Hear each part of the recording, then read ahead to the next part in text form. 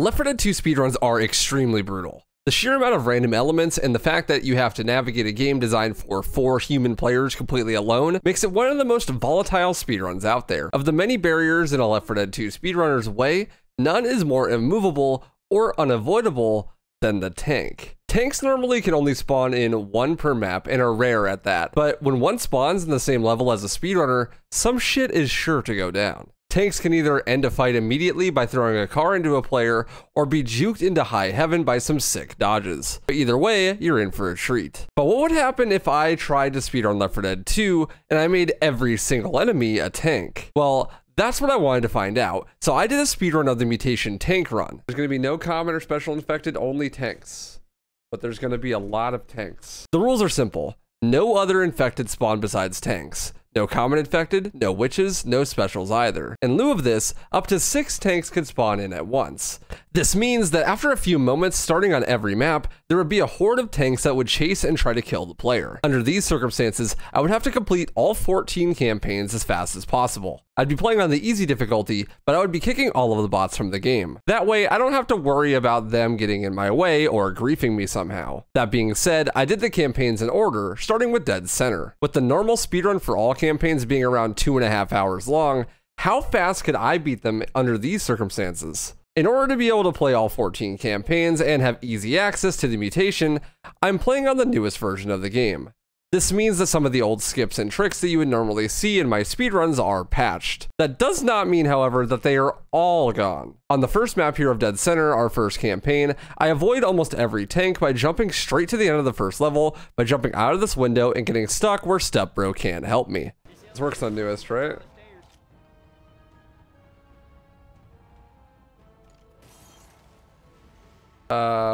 So hopefully tanks don't fall from that. This means that I could beat the spawns of most of the tanks and only have to run away from one of them to the end safe room. Let's go. 0 deaths so far. This would not be the case for the next map, however. This one being much longer leaves an opportunity for a lot more tanks to spawn in. And by the time I arrived at the Cola, they had all converged on my location. In these situations, I find that silence is the best reaction.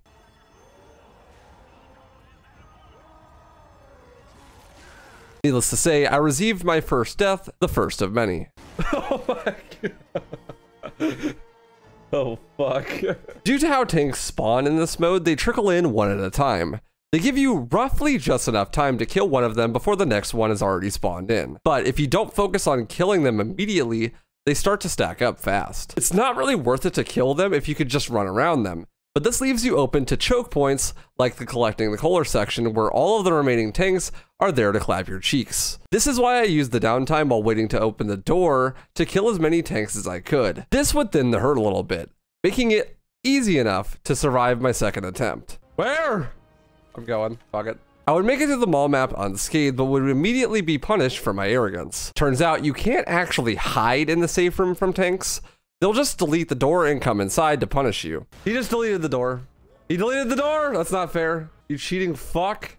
He didn't even have to punch it. It just disappeared. The first campaign's finale has you collecting 8 gas cans and filling them into this Jibby Gibbs Jr. stock car. I had assumed that this would be one of the more difficult finales, as tanks hitting you makes you drop gas cans, and with 6 tanks chasing you around, good luck finding time to pour them. My plan was to use the time at the start where there was minimal tanks to collect all of the cans and gather them at the car, while trying to thin out the tanks. They just keep fucking spawning, dude. Once I had the cans, I could use my adrenaline to pour the cans more quickly once I buy myself a little bit of time. I actually managed to do this pretty successfully until 2 tanks started spawning in at once. A feature of finales in this mutation, apparently. Thankfully, the map atrium has many ups and downs that I could use to kite the tanks while I unload into them. It seemed like it would never end, until I decided to YOLO and hit some hops to the cans, filling them all before the tanks could catch up. This is my chance.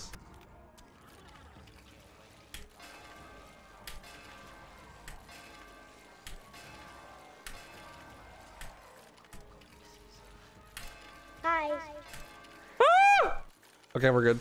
First campaign down in only 16 minutes, and only 1 death. Maybe this wouldn't be as hard as I thought initially. Next one would be one of the hardest campaigns of the challenge though, the passing. This 3-map campaign has the most notorious map in the whole game when it comes to normal speedruns. The second level has a section in the sewers where you have to run with water slowdown for an extended stretch towards a ladder and then some narrow stairs. If I got caught there without the adrenaline, there was absolutely zero chance I would survive. Thankfully, on my way to the sewer, I found an adrenaline, even though it was scary trying to get it. Ah! Door to the rescue? Manly squeal. I needed the adrenaline. I had to get it. Oh. The reason I mentioned the ladder is because if you get caught by a tank while climbing one, they hit you and you fall all the way to the bottom, stun locked. It can easily loop you to your death here. No. Ah! Fuck me, dude. My second attempt would go much smoother though. Okay, not too bad. I thought that was gonna be way worse than it actually was. Now for the finale, I just had to collect a bunch of cans, but thankfully I had the Left 4 Dead 1 survivors to protect me. I could have deleted them too, but I'm not sure how possible this section was going to be ahead of time. And I think less of them as bots and more of them as an environmental hazard for the infected. Either way, this section was pretty easy as I just took my time and killed the tanks, trying to avoid getting hit by flying cars. 2 down.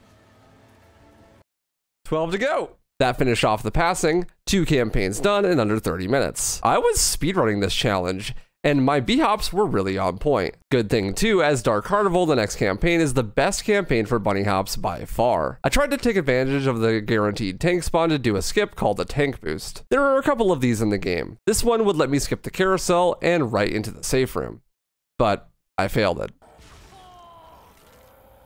Okay, well, I didn't make it. I jumped too late. This put me in a very compromising position. Somehow surviving, I got into the really next hard map, Coaster. These small hallways in the Swan Maintenance Room of Love are brutal for a challenge like this. Climbable surfaces and big open areas make for great methods of dodging tanks and abusing their AI. But narrow hallways leave you feeling like a hot dog getting tossed down one. Oh, fuck. Bro, I turn around and jump to the platform, and there's just a tank staring me in the face. Once I got to the coaster, I did the famous coaster skip that you may have seen in my video. But the tanks were a little bit upset that I was skipping some content, and were prepared to ruin my day. Okay, so I have to go really fast. That's unlucky. That's unlucky. I was waiting for him, but he was just sitting behind the corner. This is fine. Oh, hell yeah. 3 deaths later, I make it out and finally head into Barnes, which was surprisingly easy. I beat it on my first attempt by thinning out the tanks while waiting for the door to open. That was sick. That went in the safe room, please. Hello, Klaus. Okay, first try Barnes, let's go. This finale is much different than the other 2 I had seen up until this point. This one had nothing to do with gas cans. It's a holdout finale. In normal Left 4 Dead 2, you must kill 2 hordes and 2 tanks in order for the rescue to arrive. This is normally very random, but only takes about 2 minutes or so on average. In the mutation though, I must hold out for 10 minutes while an endless horde of tanks chase me down. I quickly figured out the best strategy for this is to, especially on open maps like Dark Carnival, focus on 1 tank at a time with a ranged weapon and unload into them. Then I can narrow it down to about 1 or so tanks at all times. This made it very easy to manage them, and I could easily sit here for basically forever. It wasn't completely free though. I mean, if I got a bad spawn and I didn't know where it was coming from or got caught off guard, I could easily get instantly killed by a forklift or something. And that would mean I have to do the whole 10 minutes again from the start. So I wanted to avoid that as much as possible. This is great progress so far. Doing way better than last time. With Dark Carnival Pass, we arrive at Swamp Fever and the next tank boost. The first map has a boat that you have to wait to take you across the river, and I was fully intending on holding out here until it arrived. Then I was reminded by Patrick that I could just tank boost across. Just tank boost across? Oh yeah, I could. I was quickly reminded why I don't do this anymore. In actual speedrun categories, this is usually too risky to go for, or so unlikely that it rarely ever is seen. But with guaranteed spawns of the tank, there is really no reason not to go for it, besides the fact that, well, it's pretty hard. In reality, if I just waited it out, it would have been more safe and probably faster in the grand scheme, and I would have a guaranteed no deaths on this map. But it's me, so I went for glory until I got it, obviously. Not quite what I was hoping for. Honestly, I hate this trick. Let's go! Poggers! Next map also has a skip for the starting horde, but they attempted to patch it with the Last Stand update, as I found out. Apparently though, you can get tank boosted on top of the plane and actually still skip the event by jumping over it. You can't jump over the plane, right? Into us.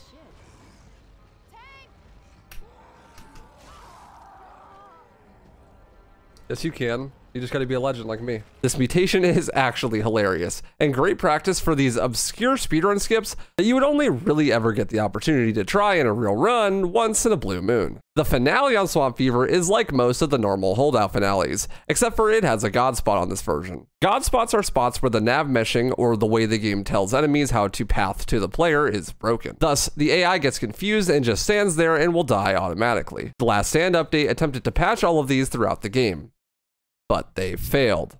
Get fucked, Jays. This one is rather new, and I wanted to use it so I didn't have to kite tanks for around 10 minutes straight. But I had to kill the tanks on the map currently alive and break the line of sight of any that may spawn after that in order to use the god spot correctly. Unfortunately, it took me like 6 minutes to do so, and thus I only got to use the god spot for a few moments. But at least it was a peaceful few moments. Oh my god, I did it. It only took 7 minutes. Until it wasn't. So either work or I'll die. I'm gonna die. I was hoping the door would open instantly. Oh my god! The pipe bomb for the clutch! With Swamp Fever done, we have completed 4 campaigns in only an hour and 14 minutes. Great pacing if you ask me. That would change on the next campaign, however. With Hard Rain's emphasis on water and its elevator waiting room event on map 2, I would die a lot here. Oh, I'm dead. Yeah. Fuck. Fuck, dude. I was taking my pills.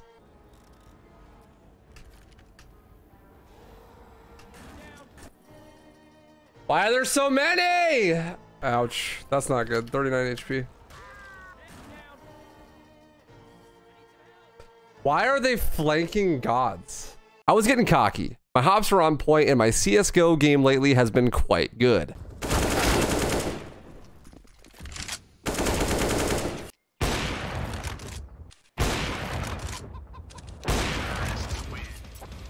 I stopped putting as much effort and thought into how I was playing these sections and would just wing it and was sure it would be just fine. I'm thinking about doing a Counter-Strike Global Offensive Road to Face It 10 series, by the way. Let me know what you think of that idea. I was under the assumption that when I got in the elevator, all of the tanks would be waiting for me at the bottom of it and I would just instantly die. But I guess that wasn't true, because when I did finally ride it down, many deaths later, they all left me alone and I could just walk to the safe room untouched. They're all gonna jump in front of the elevator door.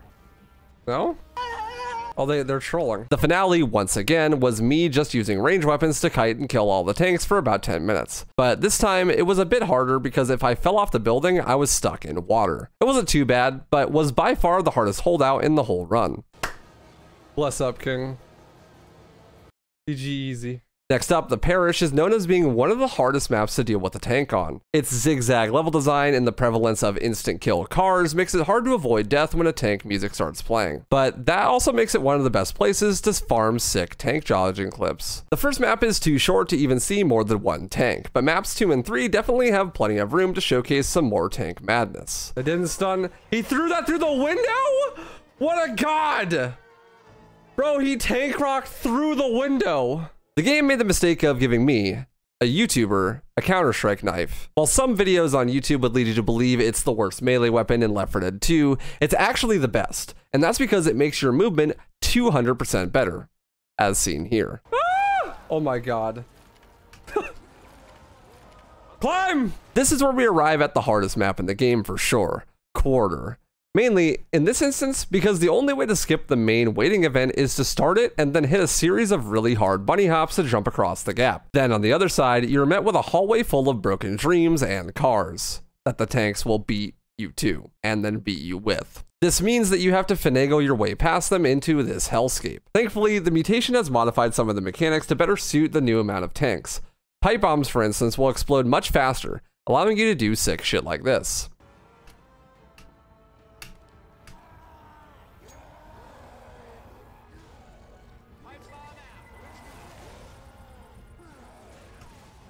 "12 years later, I finally arrive at the finale, leaving Hank behind. RIP. Thankfully, this finale is not a holdout. It actually just makes you run to the end. By far, it's the easiest finale in the game. That's 6 down.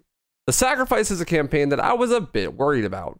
In previous challenges, if I did the finale without bots, it just wouldn't let me continue. That would be the least of my worries, though, because there was a much bigger oversight with this mutation that I overlooked. The first map requires you to kill a tank from this train car, but the game only checks for tanks on the map, apparently. And because it's tank run, there's perpetually a tank on the map. This means that I couldn't open the door even after I killed the tank because the game assumed that there was always a tank on the map. This means I couldn't get past the first map at all. I assumed that maybe if I killed all of the tanks fast enough, there would be some downtime between the tank spawns and I could open the door then.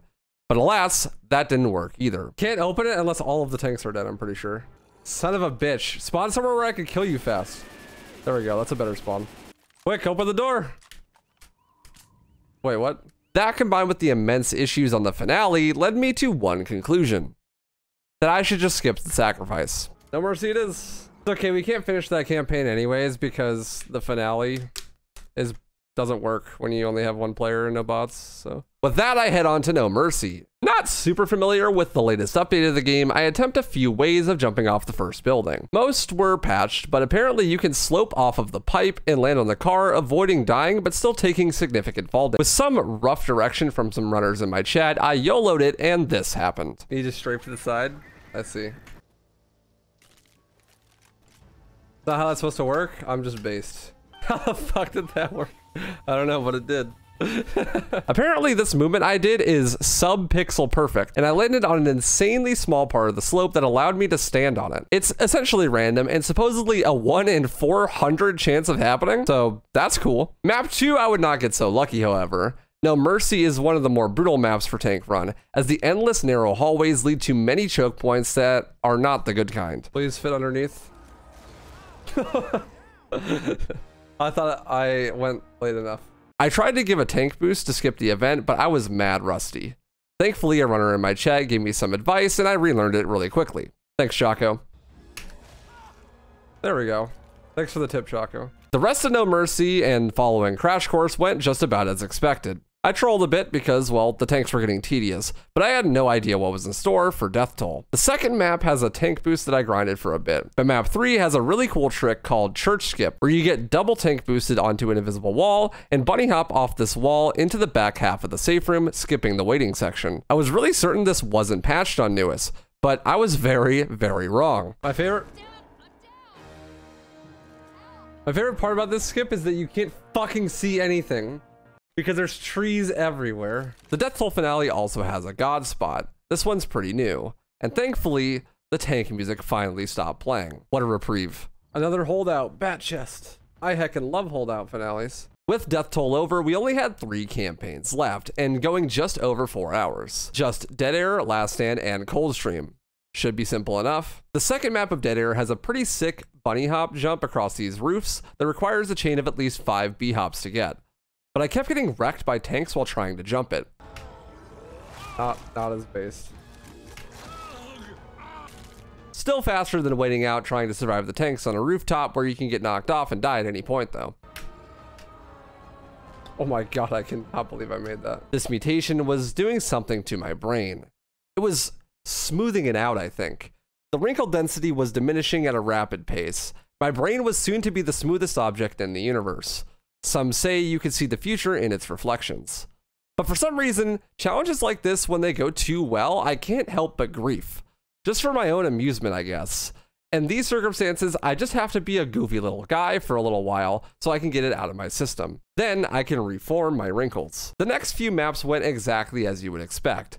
Blood Harvest was boring, and Coldstream foreshadowed my CSGO series. Guys! Finally, we arrive at the Last Stand, the final campaign in this run. At this point, I had pretty much mastered the art of kiting tanks, and knowing where and when to kill them versus running past them. There was a lot of tanks kiting in this section, and a lot of killing them too. The final holdout was 10 more minutes of killing them swiftly into the end credits. In the end, it took about 5 hours, 36 minutes, and 42 seconds to beat all 14, well, 13, I guess, campaigns in Left 4 Dead 2 when every enemy is a tank. Only 3 hours slower than the current speedrun world record. It was a lot of fun. It really changed the dynamic a bunch because of the ways that the tanks are so different than any other enemy type. It made me reevaluate when it's better to kill or run when it comes to tanks, and it made me far more intimate with the tank's AI and how to abuse it. If I wasn't such a goofy guy and trolled, I could have easily gotten this another 30 to 40 minutes faster with less deaths. And knowing which skips were and were not patched ahead of time would have made it even faster. Overall, it was a ton of fun, and I appreciate you coming with me on this journey. If you want to catch the challenges like this live, I stream almost every day on Twitch and on YouTube on the Wife Who Runs Archive channel. You can check out the whole run there as well. Stay stylish.